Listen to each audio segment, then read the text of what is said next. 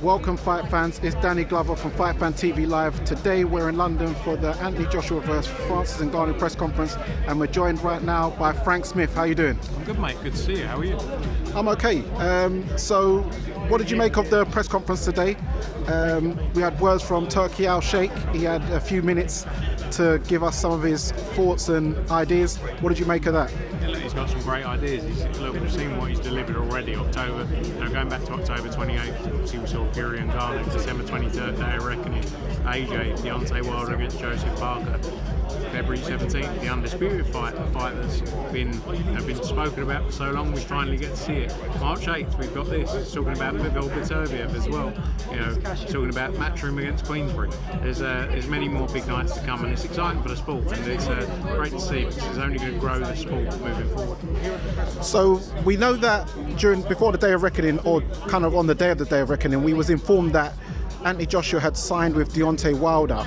So when Deontay Wilder lost, what exactly happened there, and how did the Francis Ngannou fight then get signed? Was Francis due to fight anybody before that, or was he just on the back burner on the shelf in case? I think it was just a fight that made sense. It wasn't planned before that. Obviously the Wilder fight was very much the focus, as you know, but the Ngannou fight made a lot of sense. Obviously AJ wants to become world champion again, but those belts are tied up right now, and this is the biggest fight out there to be made. And we all saw what he did against Tyson Fury, and that's why he's in the position to get this fight now. It's great to see. It's going to be a big night. I know His Excellency did mention that he was kind of favouring and wanted to see Anthony Joshua win, and he kind of hinted that he wanted Tyson Fury to win in the undisputed to make AJ Fury. But says the unfortunate things happen and it goes the other way, where it could be Usyk and Francis Ngannou. Is there anything in place, do you know, to make Usyk and Ngannou, because that's a new fight as well? I don't think it's about how many times have we planned or spoken about other fights. Ngannou could have upset the whole plan when he fought Fury before. Obviously Joseph Parker, who I love to bits, and I'm so happy if anyone was going to do it, it was Joseph Parker, because he's a great guy, but he spoiled the Joshua Wilder plan. So I think it's very much about focusing on these fights, and then beyond that we'll see what happens. We want to make the biggest fights possible. People still want to see AJ Fury regardless of wins, losses, draws. It's a massive fight, but let's focus on what's ahead and those two great nights we've got.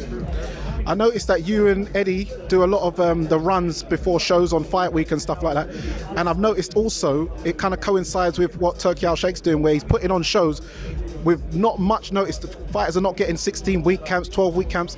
Do you think both of you is kind of encouraging a culture where fighters need to be staying ready, that way they don't get found out coming up short?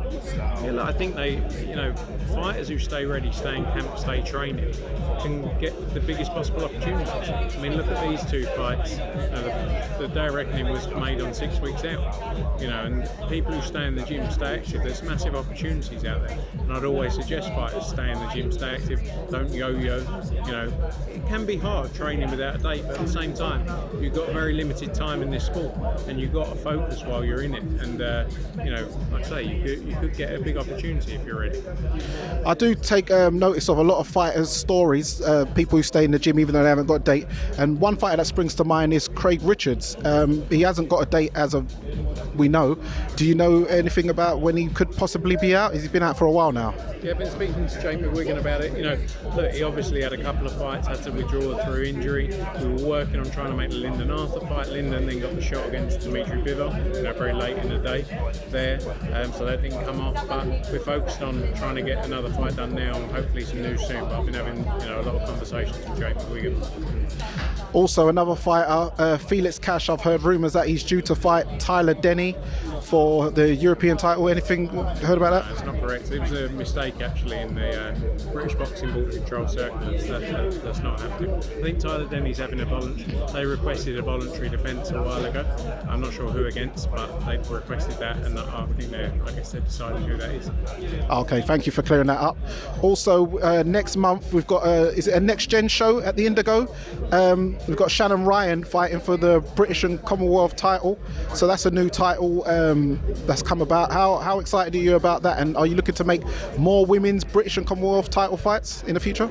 Yeah, they need to be. You know, it's great. Obviously, Shannon Ryan against Emma Dolan, British title fight. You know, and that's the second. I think it's only the second time. I think Lauren Price was the first to do it, second time. And I think as the divisions grow, as the talent pool grows, you're going to see more and more of them. And if the fights are there to be made, we'll make them. You know, so British title, and then after that, should be very much looking at stepping forward, European title, and then maybe a world title from there. We've got Conor Benn also out in America against Dodson. There's been some detractions saying, no, who's Dodson? What's he been doing lately? Why him? Was there any particular reason why it was Dodson? Did you have any other fighters who you did call and maybe they turned the fights down? Yeah, look, within the time frame, I think he's a good opponent. You know, Conor hasn't been active. Obviously, this will be his second fight in a period of 16 months. He fought in September before that.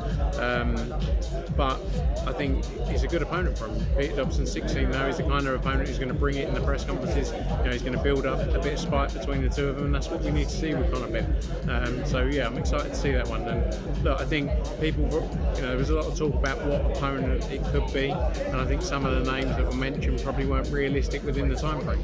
But we're very much focused on delivering a big fight after this for Conor Benn. In June, the Turkey Al Sheikh said that he was looking to make Dmitry Bivol versus Artur Beterbiev. We saw Beterbiev in destructive fashion on the weekend. Lyndon Arthur in December in a kind of routine sort of like defence. Do you take much of Dmitry Bivol's performance? Because some people are saying that because Beterbiev's performance looked more devastating and more exciting, that kind of favours him now, whereas before people had Bivol as the favourite. I think it's different styles as well. You know, I believe Dmitry Bivol will go in there and get a massive win against Artur Beterbiev, but he's a brilliant fighter, Beterbiev. You know, it's going to be a tough fight. But I think we saw what Dmitry can do at the highest level of his sport. You know, especially with that performance he had against Canelo Alvarez. You know, the great win against Ramirez after that as well. You know, and I think once it comes around, this is the fight he's wanted for a long time. It's the fight he's been pushing for a long time, and the fight he's going to get up for. And that is a big thing for fighters. You know, being able to get up and focus for a fight when you've wanted this kind of undisputed fight.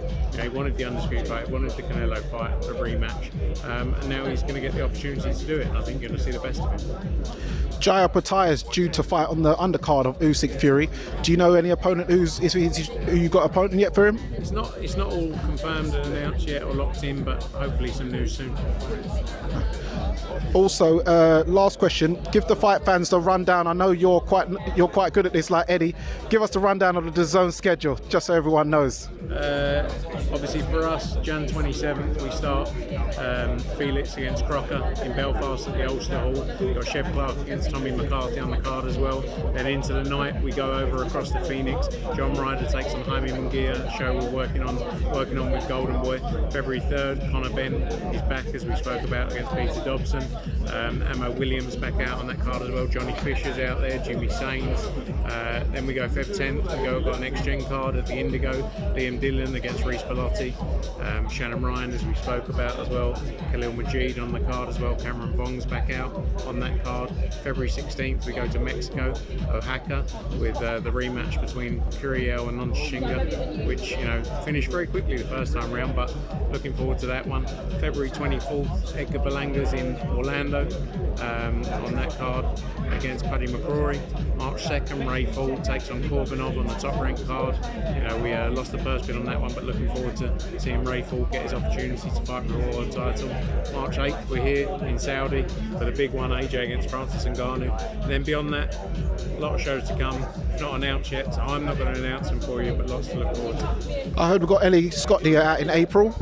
Yeah, April one of the shows. Oh, okay.